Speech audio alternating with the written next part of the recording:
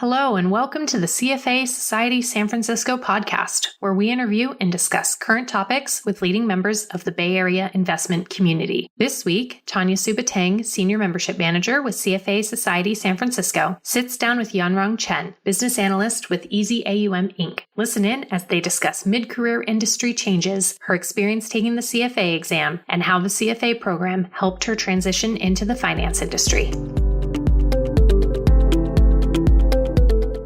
Hello, Yanrong. Thank you so much for joining me today. How are you? I'm good. Thank you, Tanya. And it's great to meet you. Yes, it's such a great pleasure of mine to meet you as well. And I know you and I kind of been talking via email, and we had a brief encounter in some past society events, but I'm very excited to finally get the opportunity to interview you. Right. Thank you very much for having me. It's also an exciting opportunity for me to share my experience and stories. Then maybe some other candidates or fellows have similar struggles or similar situations. Then I'll be happy to share my story. Yeah. And that's exactly why I am so thrilled to have you on our upcoming episode, is because we are in our third season of the podcast, and you are actually the first candidate member of ours to my honor. Yeah, to do our podcast. And I think, you know, it kind of is, you're a great person to feature because you really have an amazing journey, professionally speaking. And, it goes to show you at any point in your life, in your age, in your career, you can definitely make a career transition. So for listeners, you're probably wondering, well, what makes Yanrong so special is that for a very long time, I actually don't want to say how many years because we don't need to have you dated, but for quite some time, you had a very successful career in education. You were a lecturer at KU Leuven. Did I say that right? Yes, correct. And in Belgium. A very prestigious school in Belgium. I think it's one of the oldest. It is. And you taught, your lectures would focus on Eastern Asia and Catholicism. So far from finance and investment. Very far. What made you decide to switch into the finance industry? Well, I think there more than one motivation behind the switch. And also perhaps we need to put each one of them into its own context, and the situations for personally or professionally, they always keep evolving. So nothing was settled down. That was true for me, and nothing is settled down even now. But if we look back and if I pick one, that is my relocation to the States from Belgium to the Bay Area. And this relocation pushed me to have a fresh eye to look at the world around me. So I think if I need to sum it up, that is a strong desire that I want to understand the world around me, near me, better, but in which way? I relocated here after my lectureship at KU Leuven. Then there were two things going on at the same time. One is to, of course, naturally, you want to continue your old career, but that was not called old career. Now I call it old. You want to continue what you were doing, right? Mm-hmm. So at that moment, I finished my PhD, and I also finished 2 years of teaching there. So when I relocated, I was preparing a manuscript based on the dissertation, and I was doing academic job searching. And I was busy going to interviews, and also sometimes I also got to campus interviews. That is the last round, and then also preparing publications and working on new projects. Those were all academic track. Mm-hmm. So that was one thing going on, what I was supposed to do, which went on sometimes fine. Of course, sometimes you have rough bumps, right? And on the other hand, I got some, maybe it sounds silly right now then, because I had to think about where am I, who am I, why? Because the real things around me were not about 17th century literature or East Asian religions. Right. What surrounded me were IPOs, stock plans, pension funds, loan to value ratio, something. Because some background that my husband is a software engineer, and he's the reason that the whole family needs to relocate here. And also he works at an EV company. And all those things were around me, and we were also preparing to buy the house, the first home here. Those things to me were as strange and new, or really, I know it sounds silly, but if you can imagine, for a person who's been in the ivory tower for almost her life, and then always about literature, philosophy, even theology, history, nothing about money. Right. And I never thought about money. So I was kind of naive, but that hit me. So I was thinking, I've been trying to understand the world, the history from one approach. But now I am I'm financially illiterate, right? And I do think financial literacy is essential to everyone in today's world, and also especially for people in the States or here. Then I really want to catch up. I was already at this moment. I have two things, unrelated, separate things going on. I'm trying to figure out what, and meanwhile trying to continue with the academic part. Then the pandemic hit. I think that pandemic was kind of a shock, but also some kind of enlightenment moment to some people in a way, if you put it in a positive way. Everything was shut down, and there was also a chance to contemplate things that you haven't got to, right? I remember very clearly there was May, because during the shutdown already for several months, then I was also in shock together with everyone. Then suddenly you realize several months already has gone, right? And all the confusion and the chaos.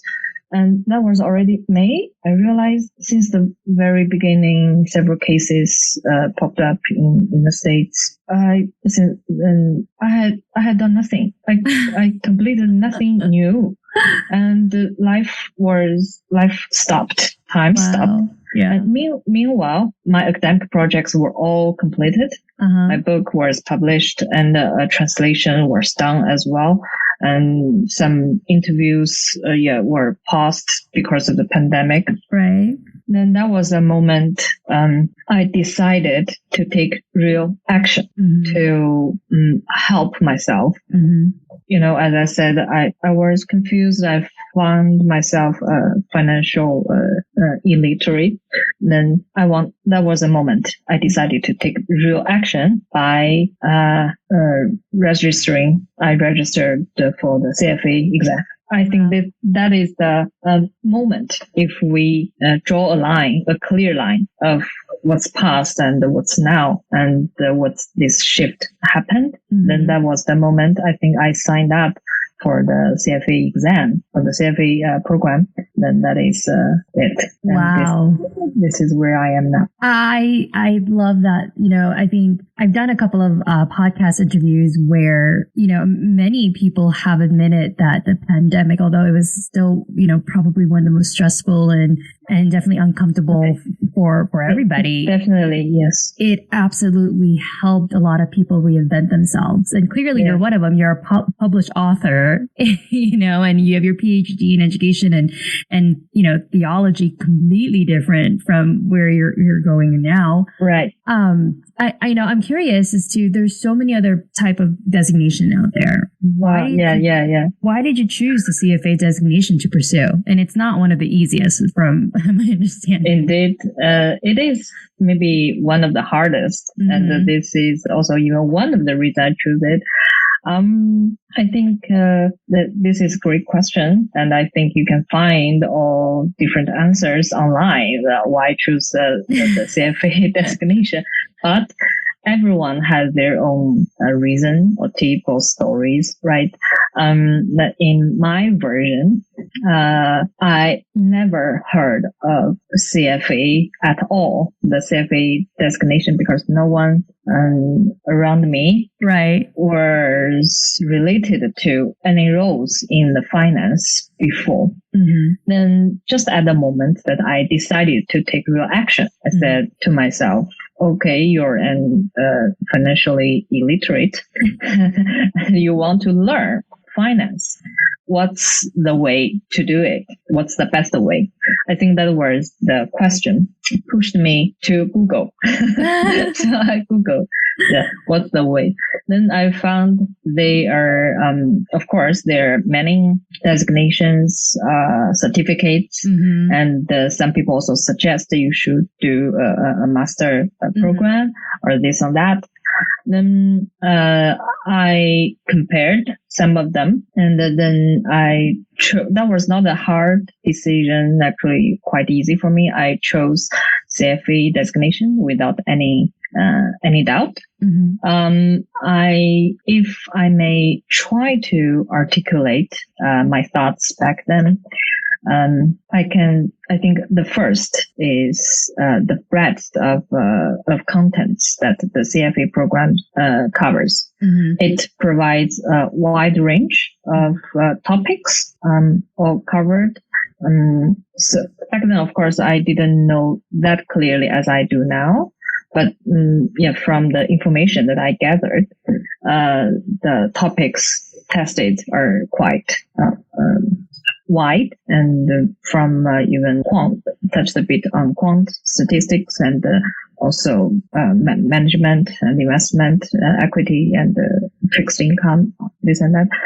So I like the breadth, and also I like it's difficult but manageable, and it allows us chances for success in a relatively short period. Of course, there are 3 levels. And you need to take one by one. And but I like this flexibility. You can pace yourself, right? And in my case, I want to do it in a short period of time. In comparing with the 4-year college degree in finance or economics, I think this one is ideal for me. And also it allows your own style of learning. So I think I can move faster on my own. And it is notoriously difficult. So I don't doubt the depth of the knowledge after you get it, right? And that's the flexibility that I like very much. So also it doesn't require credit for if you do even a CPA, that requires accounting. Actually, I also I enrolled in some courses in accounting, or financial accounting skills is essential to any fundamental analysts. But I like this flexibility, meaning you don't need that credit before you register for the course, and you can gradually pick it up along the way. And the professional related professional experience you can still gain when you are taking the exam or after you pass the level 3 exam. So which is what I'm doing right now. I really like. Yes. I think this feasibility and flexibility are only CFA designation. The design of this program provides really great, and I appreciate this kind of opportunity Yeah, I was going to say is that you're actually working in the field now. I mean, yes, you passed your 1 and 2, and you're about to take your level 3 exam in February. And yes, you're already working in the industry. So obviously, exactly, your knowledge base has expanded just by taking these 2 exams. So that's quite amazing. Exactly. So I appreciate the opportunity of both in taking the exam and also where I'm working now. So I can also implement the knowledge that was acquired from studying CFA. Meanwhile, the passing CFA level 2, I think it actually helped me get this job.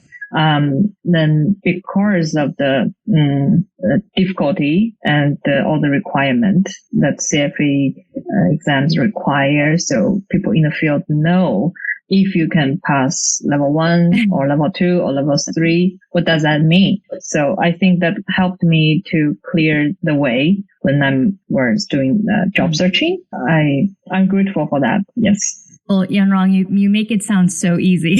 Just pass 1 and 2 and you'll get your job, no problem. Well, I mean, okay, let's be realistic. You had 0 experience and background in finance, right? Yes, thank you for and you had, like we said earlier, you had philosophy, theory, Eastern Asia, Catholicism as your focus. How was it opening that book and basically starting to study for it? What were some, please share with us what resource you might have used. And I'm curious, as an educator, once being a lecturer, has it changed your thought process in any way? Because you did a complete 180. Right. Wow, that's now you're uncovering the dark period of my journey. I think when I registered for this exam, that was determination and a leap of faith. Okay, this is difficult and I'm going to do it. And I really want to learn. But when I opened the curriculum for level 1, even after several weeks, I still didn't know what I was reading. You can imagine that frustration. Level 1 to me was eye-opening. Not because it's difficult, but because it was trying to studying it was kind of awake another part of my brain. Right. As you said, I was in another world, kind of. So even, for instance, for some very basic math, very, very basic, like rise over run, I learned it in middle school, and I was actually good in physics and mathematics, but I hadn't used it for more than 10 or some years. So at the beginning, I didn't get the idea. What does that mean? Well, what's the implication of using rise over run when we go to percentage or this and that? So this is an example of how naive I was and how low my level was. And I have to tell you, CFA Institute suggests 300 hours for each level, right? This we all know. And I actually did 900 hours for level 1. Wow. 900. It depends on how you look at it. Some people would say, you must be stupid. You need 900. Yeah. Some people might say, wow, you're so determined and 900 hours are not easy. People can have their opinions. And then in my case, it's, I kind of did at least 3 rounds. First of all, I was not majored in economics or finance. Right. And the other part of my brain needs to, wake up. Right. So, and it takes time at the beginning for the first round. And then the second or third round is because of the pandemic hit. And so the examination, the exam center was shut down. So my exam was deferred twice, actually. But eventually I got quite good result. Quite good, very good. So I'm very thankful to myself who did the 900 hours. And another benefit is I think the level 1 was so painful, But if you ask my study strategy is I really need to understand what it is. What does it mean? All the words in books or practice questions or every number, they're just the numbers and the words. But to me, is I need to know what it is and why is it. Then when I registered for level 2 and even level 3, something amazingly surprising is I heard level 2 was the most difficult. But when I first followed the level 2 materials, I didn't find, even for the first time, I didn't find it difficult. I think that's because when I was at level 1, I spent maybe more than necessary effort in it. Then that helped you, prepared you to have a deeper understanding of the concept of each concept, each term, and those things, helped me, at least in my way. You also asked me whether my experience in being a lecturer helped in certain ways. I think yes, although we're studying across different fields or major disciplines, but some basic thing about learning is the same. For learning to me is you need to understand what it is. This sounds very, very basic, very, very basic. But it's actually very hard to do. We sometimes, human brains are deceitful. Sometimes you don't actually know, but you don't know you don't know. Right. And so as a teacher, I think my role as a teacher and an educator for a long time got me to understand this. Its significance of knowing what it is. I saw my students. I saw how they study, how they learn, and how, because I needed to help them to learn, to get the most efficient way for them to learn, to make progress. Also, I learned from my students. Then I see when you first time come to a new content, come to a new idea, come to new words, then you need to make connections with what you already know. But if what you already know is not solid enough, then all the building collapsed. So to me, the very, very basic thing is maybe the most important. This might sound different from some methodology that other people may advocate. But to me, this is true, and it works. In my case, making connections with what you're reading and really building that foundation, and really understand what it is.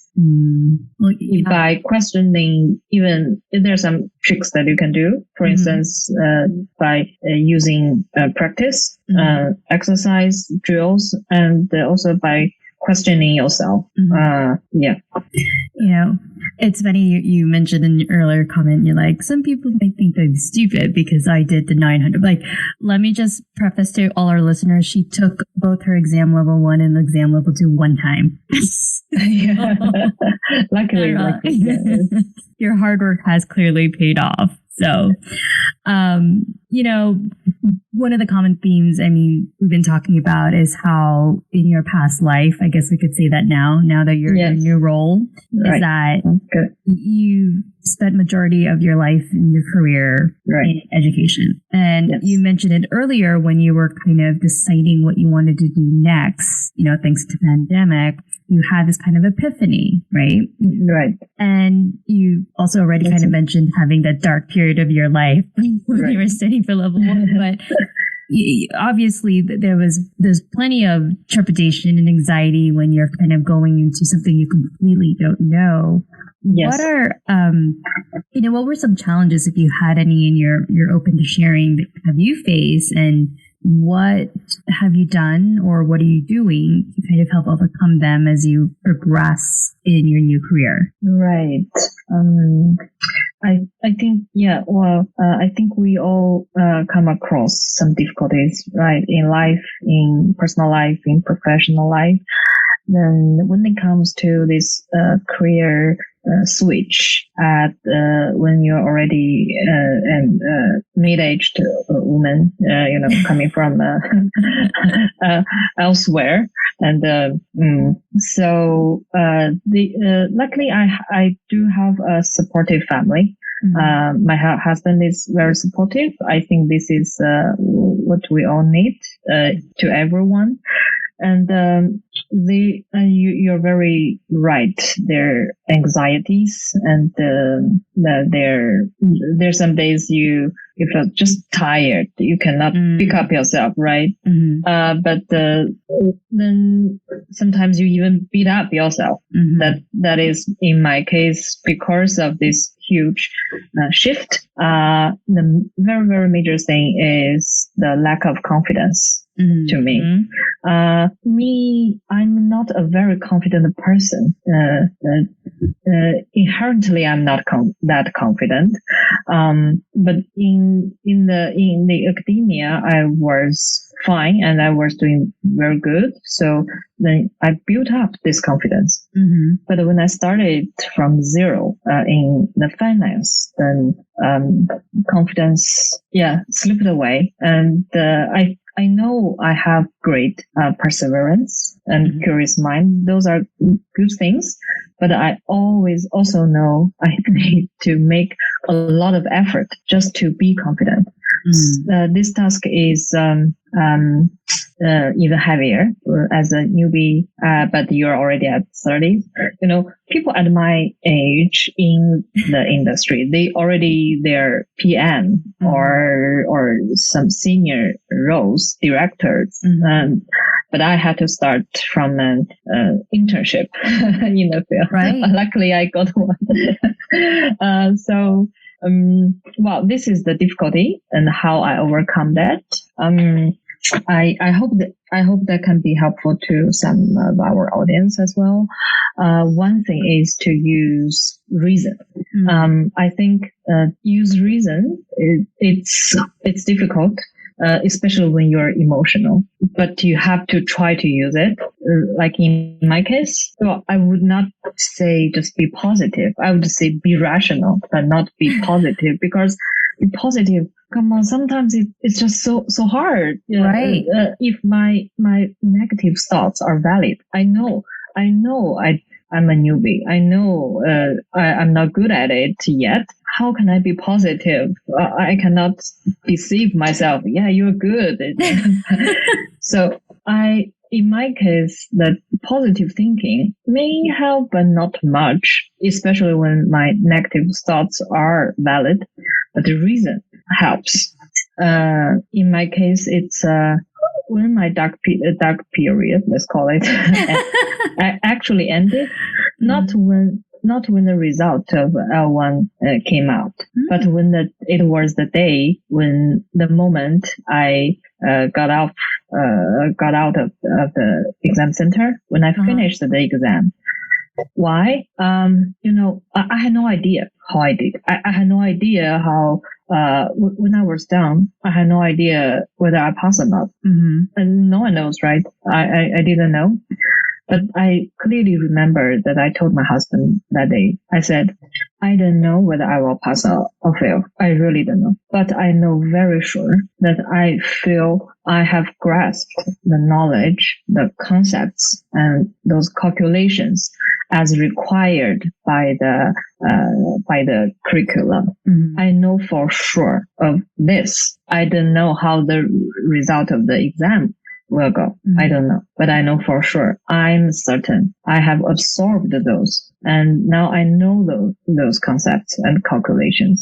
And those are required by the curriculum. So this is it. Then there was a turning point. I think from that moment onwards, I was able to be myself again. So use reason. That is my way to validate where I am, what I have, and what I don't have, and what I need to do to get to where I want to be. Use reason. This is one tool. And secondly, that is not my tool, but I am grateful to some people who helped me. The second is a person that he's my manager when I was doing the internship at a hedge fund. This is a validation from the another person, not from yourself. Another person. That's a validation. I remember that when I finished, that's on my last day of the internship. Then we talked a lot because, my opening line since I started the internship or since I was looking for any internship or job, my opening line was always, "Hi, my name is Yanrong. I come from a different background, unrelated. I have no experience in the finance industry, and I'm willing to learn. I'm a faster learner, but I come from another background." I think even when I joined the society, CFA San Francisco Society, that was also my kind of introduction. That was in my head, right? If you remember. And my manager on that day, he told me, "Yanrong, you're already far ahead. Wow. Many graduates or junior roles, so on. So I know from him, it's not a fake or just kind of word, to say to. He's my manager. He doesn't have to be that nice, but I know for sure he's a very, very smart person. Also, and he has a lot of experience. Actually, we're at the same age. Can you imagine? And he's already very senior and very, very successful in the industry. And I know for sure that he said that because he already has seen how I work for more than half a year. He already saw my very, very first equity research article. And he also saw that I published already. Before the finish of the internship, I published an article on a stock. Wow. A research article. So I have belief in him, even if I don't believe myself. I believe him, and he has belief in me. So from him, I got what I can hear what I already have, and he helped me to shift the thinking into what I can offer to the industry, not just as a new learner.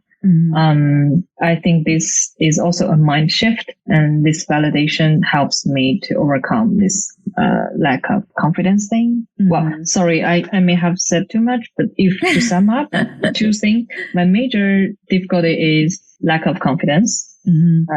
Why? Because I come from a different background, right? And I start from zero. And the tools that helped me to overcome that is first to use reason, even when I'm when you're very emotional. But try to use reason. Talk to yourself. And the second, listen to people. Listen to the ones who care about you, who are genuine and true to you, and listen to your professional mentors. That helped. Those are the two things.